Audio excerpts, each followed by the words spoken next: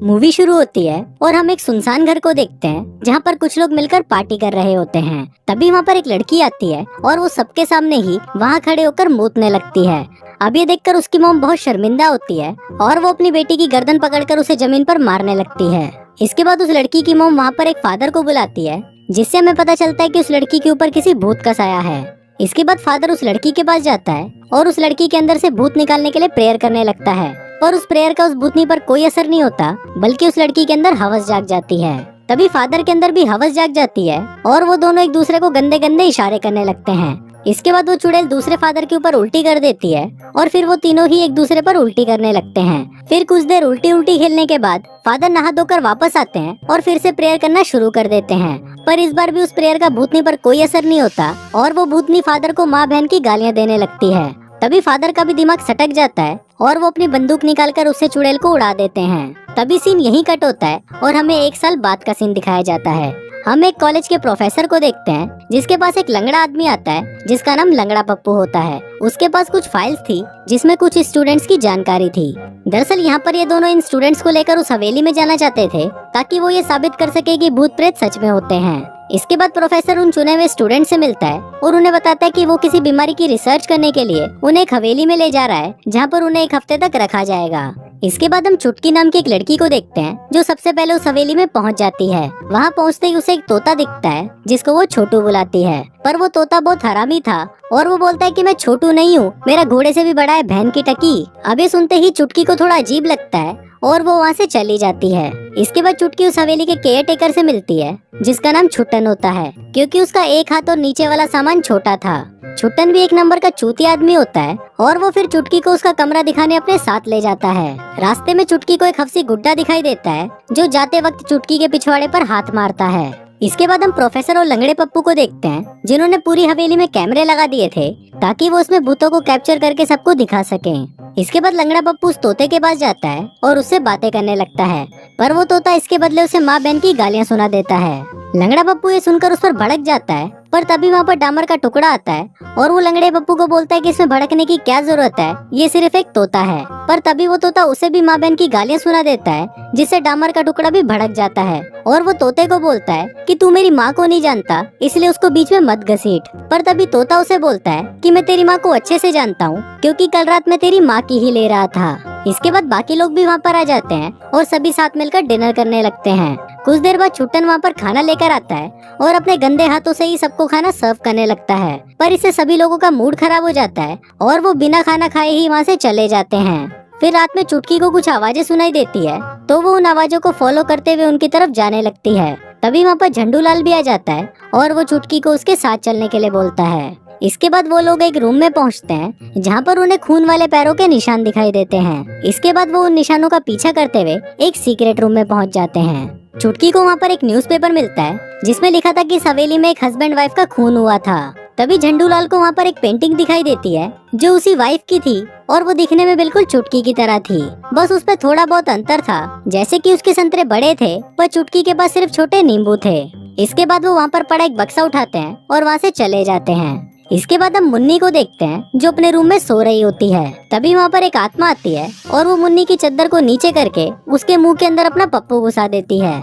इसके बाद वो आत्मा मुन्नी को हवा में उठाती है और वो उसे उल्टा करके वहीं पर ही चटकाने लगती है, जिससे मुन्नी को भी बहुत मजा आता है। इसके बाद हम गोटिया को देखते हैं जो अपने रूम में एक्सरसाइज कर रहा था।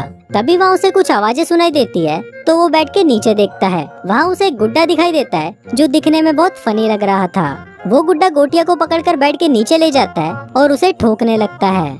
अब क्योंकि इसके बाद गोटिया की बारी थी तो वो गुड्डा डर के मारे वहाँ से भागने लगता है, पर तभी गोटिया उसे खींच लेता है और वो अपने डंडे को उसके पिछवाड़े में घुसा देता है। फिर अगले दिन प्रोफेसर तहखाने में बनी एक लैब में जाता है और लंगड़े पप्पू से कुछ बातें करने लगता है, पर उनकी वो बातें झंडूलाल सुन लेता है और वो अंदर जाकर सबको बता देता है कि इस घर में भूत है। अभी सुनकर सभी लोग डर जाते हैं और इस घर से निकलने के लिए बोलते हैं, पर झंडूलाल उन्हें बोलता है कि यहाँ से कोई भी नहीं निकल सकता क्योंकि सभी दरवाजे लॉक्ड हैं। इसके बाद हम एक लड़की के भूत को देखते हैं जो प्रोफेसर को अपने पास बुलाती है।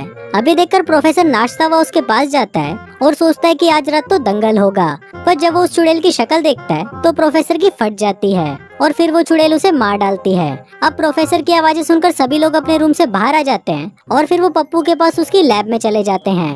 लंगड़ा पप्पू बोलता है कि हमें यहाँ से निकलने के लिए उस भूत को मारना ही पड़ेगा।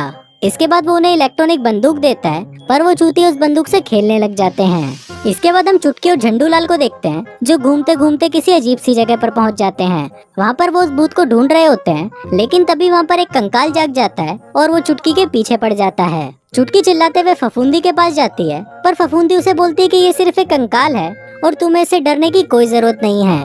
फिर वो कंकाल उसे डराने वहाँ पर भी आ जाता है, पर तभी फफूंदी उस कंकाल की खोपड़ी अलग कर देती है, जिससे उस कंकाल को कुछ दिखाई नहीं देता और वो अजीब अजीब हरकतें करने लगता है। फिर फफूंदी उसकी सारी हड्डियां अलग कर देती है, जिसके बाद वो कंकाल उन्हें समेट कर वहाँ से भाग जाता है। इसके बाद हम डामर के टुकड़े को देखते हैं, जो एक कमरे में छुपा हुआ था, लेकिन तभी वहाँ पर वो लड़की वाला भूत आ जाता है। अब उसको देखकर डामर के टुकड़े में ठरक जाग जाती है और वो उसे अपने पास बुलाता है, पर जैसे ही वो उस चुड़ैल की शक्ल देखता है तभी उसकी फटकर चौसठ हो जाती है। पर डामर के मन में अभी भी ठरक जाग रही थी, इसलिए वो उस चुड़ैल को पकड़कर वहीं रगड़ देता है। दूसरी तरफ लंगड़ा पप्पू भी भूत को ढूंढ रहा था और तभी वहाँ पर व्हीलचेयर पर एक भूत आ जाता है और इसके बाद वो दोनों वहाँ पर रेस लगाने लगते हैं। अब रेस लगाने के बाद लंगड़ा पप्पू उस पर गोलियां चलाता है, पर उसकी सारी गोलियां मिस हो जाती है। फिर वो भूत लंगड़े पप्पू को गालियां देने लगता है और फिर वो दोनों अपनी व्हीलचेयर को फुल स्पीड में भगाते हैं और एक दूसरे से क्रैश करवा देते हैं। अब वो भूत छुट्टन के अंदर आ गया था, इसलिए तीनों लड़कियां उसका पीछा करने लगती है। तभी अचानक उन तीनों लड़कियों में सुपर पावर्स आ जाती हैं और फिर वो छुट्टन को वहीं पीटने लग जाती हैं। अब कुछ देर तक ये बकचोदी ऐसे ही चलती है और फिर तभी वहाँ पर झंडूलाल आ जाता है और वो उन लड़कियों को लेकर वहाँ से भाग जाता है। वो सभी भागकर वापस लैब में आ जाते हैं, जहाँ पर लंगड़ा पप्पू ने बताता है कि हमें भूत को किसी भी तरह इस प्लेटफॉर्म पर लेकर आना होगा। इसके बाद चुटकी उस भूत को बुलाने के लिए जाती है और उसकी आवाज लगाते ही वो भूत शीशे तोड़कर सलमान भाई की तरह एंट्री लेता है, लेकिन तभी उसका पैर फिसल जाता है और वो सीढ़ियों से गिरता हुआ नीचे आ जाता है।